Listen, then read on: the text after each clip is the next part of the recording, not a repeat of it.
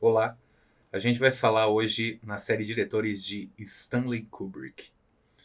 Antes de tudo, eu queria, pela primeira vez, pedir para vocês aqui embaixo se inscreverem, curtirem, porque depende disso para o canal continuar, para esses vídeos continuarem acontecendo. É assim que funciona e, infelizmente, eu tenho que pedir aqui. Bora lá.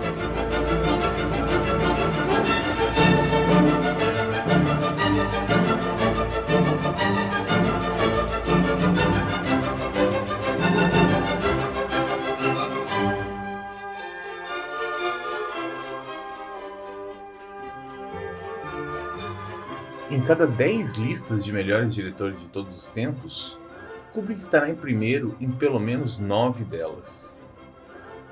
Não é à toa. Poucos diretores conseguiram o feito de criar tantas obras-primas em tantos gêneros diferentes, aliando com maestria técnica, traços autorais e entretenimento de qualidade. Kubrick traz em si dois pilares que constroem sua estética: fotógrafo e enxadrista. Como fotógrafo jornalístico, ele prepara cada composição, aliado à estratégia do que quer dizer em cada frame, em cada movimento de câmera, estudando seus equipamentos à exaustão para trazer inovações visuais que jamais vão se bastar por si só, mas vão, no mínimo, tirar o fôlego. E como enxadrista, bom, ele não teria a menor pressa para preparar o terreno, armar seu movimento até o checkmate perfeito. Isso fez com que Stanley Kubrick fizesse poucos filmes, mas filmes que jamais sairiam da cabeça de quem os visse. Nem sempre foi assim, e nem sempre Kubrick teve tanta confiança em si mesmo. Seu primeiro filme, Medo e Desejo, o deixou tão descontente que ele o escondeu a 7 chaves, sendo lançado somente após sua morte.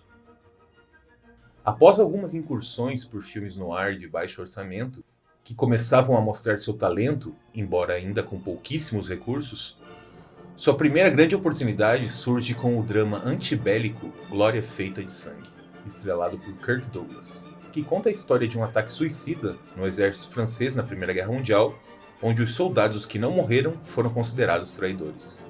Os planos em Dolly pelas trincheiras já demonstravam a extrema capacidade técnica de Kubrick, e a maneira sensível como narra a história deixariam claro que aquele não era um diretor qualquer.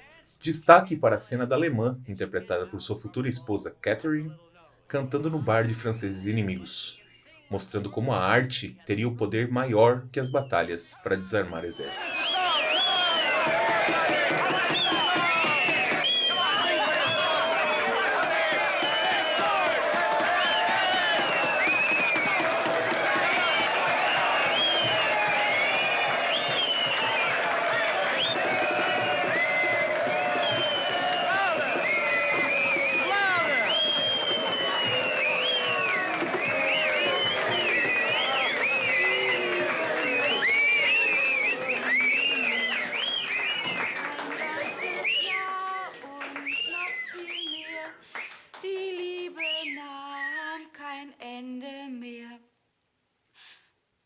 Als man ihm die Botschaft bracht, dass sein Herzliebchen im Sterben lag, da ließ er all sein Hab und Gut und eilte seinem Herzliebchen zu. Foi essa parceria que fez Kirk Douglas chamar Kubrick para a superprodução Spartacus. Escrita por Dalton Trumbo, em pleno auge do macartismo, Spartacus é conhecido como o maior épico já feito sem envolver cristianismo ou questões religiosas. Porém, foi uma dura lição para Kubrick, que não teve o poder criativo que gostaria e dali para frente tomaria a decisão de não somente produzir seu próprio material, mas a de todo custo conseguir afastar toda e qualquer interferência externa. Algo que somente o sucesso desses dois longas poderia ter conseguido. A adaptação de Lolita, de Vladimir Nabokov, com James Mason conseguindo representar a figura patética de Humbert Humbert, jamais foi igualado. E mesmo bem pudico, causou furor nos setores conservadores. Destaque também para Peter Sellers, fazendo 2 papéis, o que levou Kubrick a chamá-lo para seu filme posterior, talvez o mais anárquico de todos, Doutor Fantástico. Uma comédia de humor negro sobre guerra nuclear e em meio à paranoia da crise dos mísseis na Guerra Fria. Peter Sellers faz 3 papéis. conseguindo desempenhar talvez seu melhor trabalho na carreira, ou pelo menos onde conseguiu demonstrar maior versatilidade. Os cenários são um quesito à parte, desde as enormes salas de reuniões de políticos e generais aos claustrofóbicos cockpits dos aviões de soldados. Tudo é repleto de sarcasmo e ironia fina. Nada é gratuito. E talvez toda essa loucura possa representar melhor que muitos documentários aquele momento vivido nos meados dos anos 60.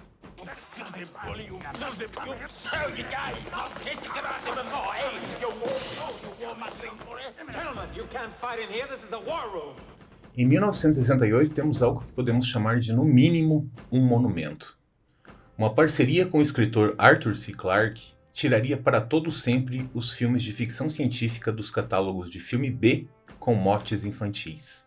2001, Uma Odisseia no Espaço não só se apegou a tudo o que a ciência havia descoberto até então, com efeitos especiais nunca vistos para falar sobre viagens espaciais em um pretenso futuro, imaginado antes mesmo da humanidade pousar na Lua, mas também uma leitura alegórica da construção do super-homem de Nietzsche, com alicerces metafísicos que podemos dizer que não eram assim uma coisa muito comum no cinema hollywoodiano, muito menos nesse gênero em si. Como sempre aconteceu na carreira de Kubrick, o filme foi rechaçado na estreia para depois se tornar um marco. Caso claro do artista que esteve sempre à frente do seu tempo. Kubrick inovou também na trilha, usando peças clássicas e contemporâneas ao invés de uma trilha original, atrelando as músicas de tal forma que hoje são praticamente indissociáveis ao filme. Aliás, a busca de Kubrick pela técnica perfeita se resume à tentativa de conseguir fazer um filme de época com uma lente clara o suficiente que lhe permitisse filmar tudo, inclusive as cenas noturnas, apenas com iluminação natural. Para isso, comprou câmeras que estavam inutilizadas nos estúdios da Warner, e sua ideia era acoplar nelas lentes de câmeras espaciais ultra rápidas, f0.7. Como o processo ia demorar um pouco, ele resolve fazer um outro projeto enquanto isso. A adaptação do controverso romance do linguista Anthony Burgess, Laranja Mecânica. Uma distopia sociopolítica que discute temas como liberdade, punição, vigilância, violência e antropologia de uma maneira que até então o cinema jamais havia feito.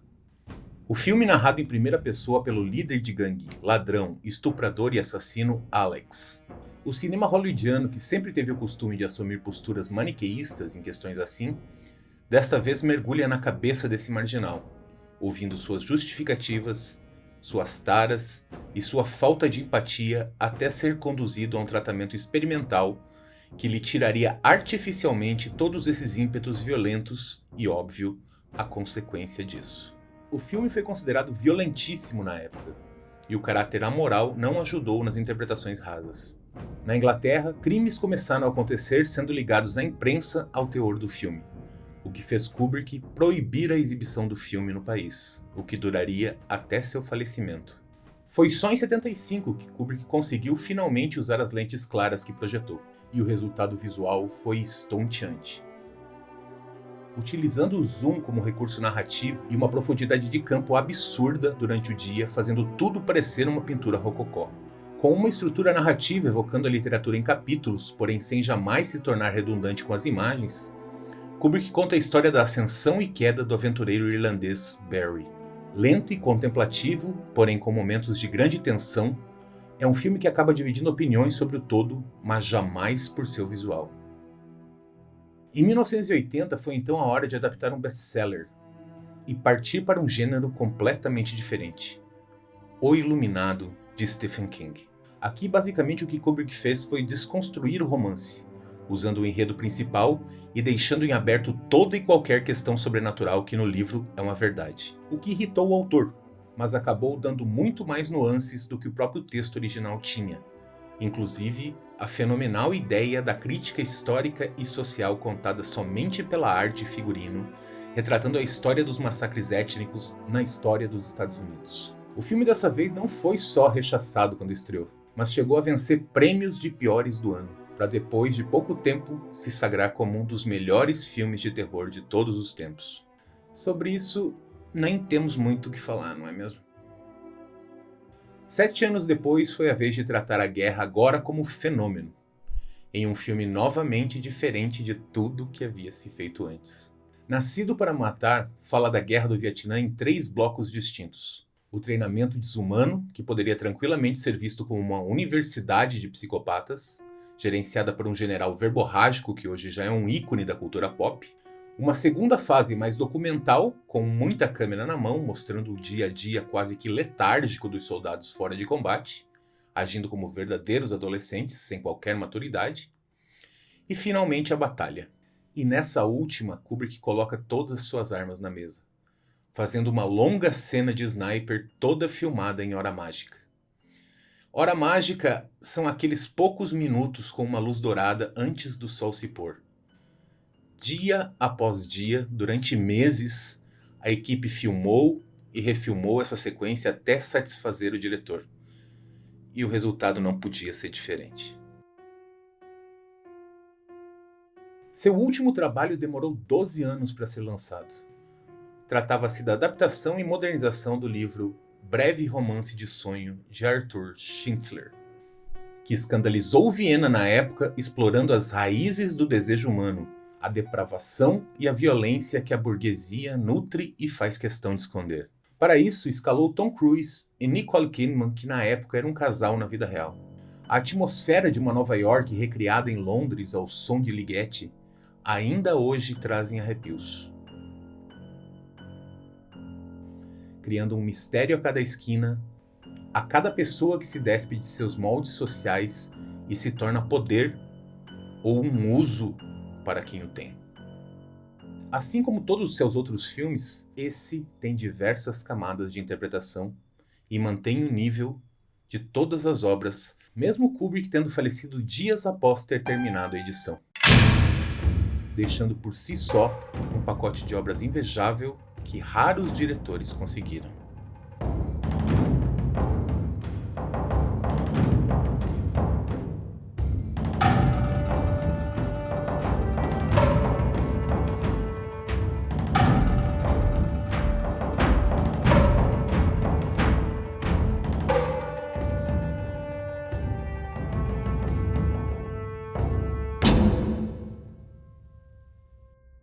O Kubrick é um exemplo de que técnica de ponta e arte se aliam sim em pé de igualdade, mas que a técnica é uma ferramenta.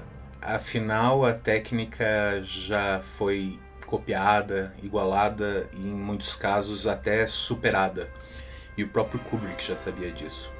Porém, suas obras, com suas mensagens abertas e os infinitos debates que elas geram, vão continuar sempre evoluindo, vão continuar sempre presentes, sempre andando para frente, assim como o Super-Homem.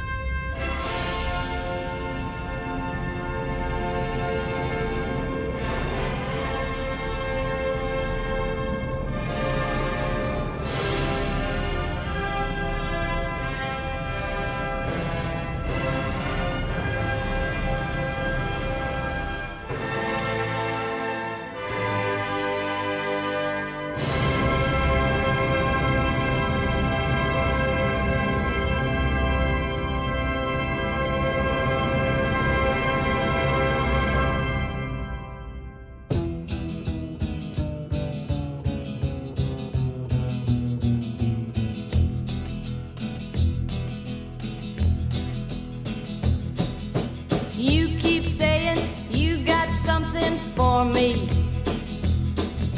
something you call love, but confess you've been a messin' where you shouldn't have been a messin', and now someone else is getting all your best. These boots are made for walking, and that's just what they'll do. One of these days these boots are gonna walk all over.